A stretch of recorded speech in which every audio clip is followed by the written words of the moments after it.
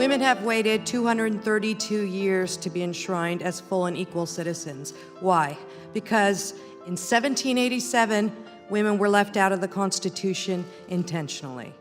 While the Constitution says nothing about deadlines for amendments, Congress put a deadline on the Equal Rights Amendment when it was passed in 1972. I am here to appeal to you to remove the 1982 deadline placed on Congress for the ratification of the ERA. Just because women didn't achieve full equality in America by 1978 or by 1982 doesn't mean they shouldn't have it today.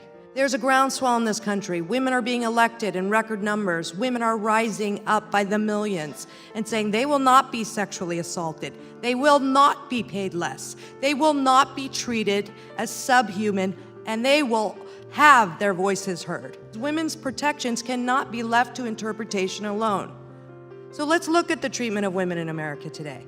These are present-day truths. These are not antiquated horrors we have to search for in history books. These are things that are happening to both Democratic and Republican women.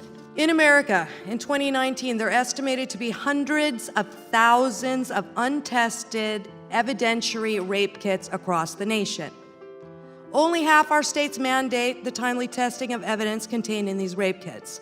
Many victims are being billed for the collection of their own forensic evidence. Countless emergency rooms and hospitals don't even have trained staff to collect evidence in rape kits, even though it's estimated that 1/4 of all women in America will be raped in their lifetime. Isn't it reasonable to expect that an emergency room would know how to collect evidence from a rape kit? Isn't that reasonable? And yet women are going, when they've been raped, from hospital to hospital and being told, sometimes they go to 4 hospitals right after they've been raped, and they're told they don't know how to collect the evidence. They have to go to another place. By the time they get their rape kit taken, and this is from a Joyful Heart, gave me this information, by the time they get their rape kit taken, the date rape drug is gone. It is no longer in their system. And we know only 3% of rapists ever spend a day in jail.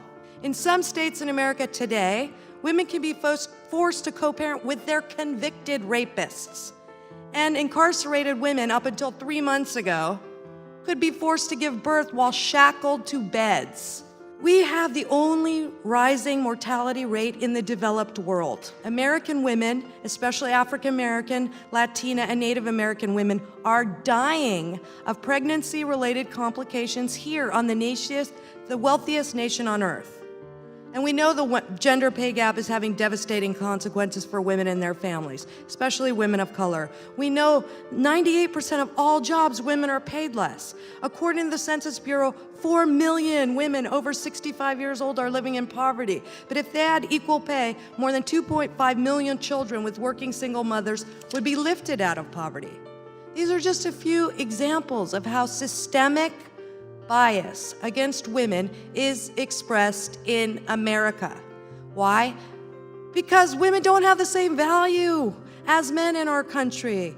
That was true in 1787. It was true in 1982. It is true in 2019. So I hope by now we are all ready to make women's equality a bedrock American value and enshrine it in the U.S. Constitution. I hope we're ready for all our mothers, daughters, sisters, and friends to have full equal rights. Why didn't women achieve full constitutional equality in 1787 or 1982? Because the country wasn't ready? Well, I hope you're ready now, because women have been waiting 232 years for equality in this country, and it's failed them. Legislators have blocked the passage of the Equal Rights Amendment for decades, but we're done waiting.